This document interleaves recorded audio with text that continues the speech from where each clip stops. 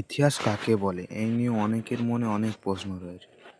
শুধুমাত্র যে আগের দিনের যুদ্ধ এবং রাজাদের কথা নিয়ে ইতিহাস, সেটি কিন্তু একেবারেই নয়। অনেকে আবার এটি জানেও না। তাই আমি বলতে চাইছি, ইতিহাস হচ্ছে আজ পর্যন্ত আমাদের পৃথিবীতে যা যা ঘটে এসেছে, আগেকার দিনের যে এইসব দিন বদলানো এবং নানান ধরনের মানুষের আবিষ্কার, এইসব নিয়েই ইতিহাস।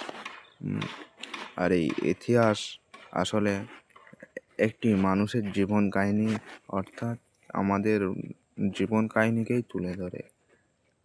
আজ থেকে বছর বছর আগে ঘটে যাওয়া জিনিসকেই বলা হয় ইতিহাস।